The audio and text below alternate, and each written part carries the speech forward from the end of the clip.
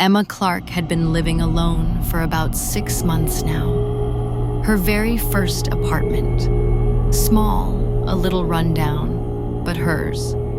It was something she was proud of. Finally independent. Finally grown up. At first, everything felt normal. She liked her quiet little routines. Wake up, buy coffee from the shop downstairs, go to work, come home, Netflix, sleep. Simple, safe. But after a few months, things started to feel strange. She would come home and find the living room lamp on, even though she knew she had turned it off. Or her favorite book, the one she always kept closed neatly on the side table. It would be cracked open, enough to notice. And then, the smells. Early in the mornings, when she woke up, the scent of bacon, coffee, cooking. But Emma didn't cook.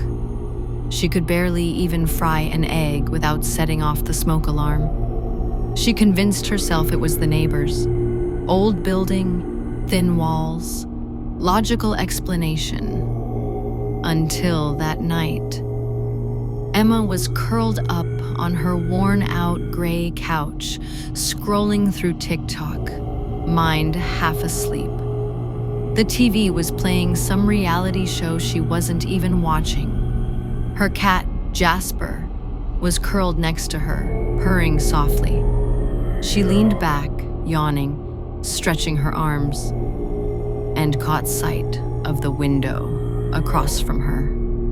But it wasn't what was outside that froze her. It was the reflection, standing behind her, just a few feet away. A man, silent, still, watching. Her blood turned to ice. She didn't move, didn't turn around, didn't even blink. Instead, she forced herself to act casual, to look like she hadn't seen anything. Heart pounding so loud she thought it might burst. She picked up her phone, fingers shaking slightly. Typed, "Call 911. Man inside apartment. Do not call me." She hit send. And she waited. Seconds felt like hours. Jasper tensed too, ears flat against his head. Emma could hear it now. The faintest sound of breathing behind her. Heavy, close.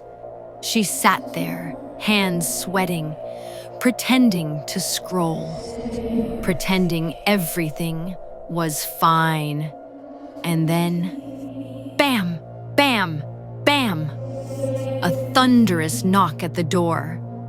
"Police! Open up!" The man behind her bolted, not toward the door, deeper into the apartment.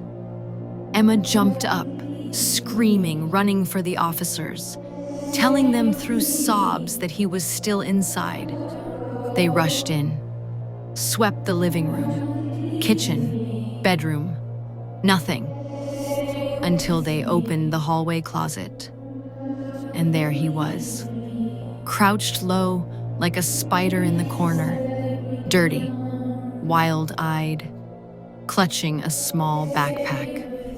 Inside that bag, her stolen snacks, an old t-shirt she thought she had lost, and a grimy little notebook.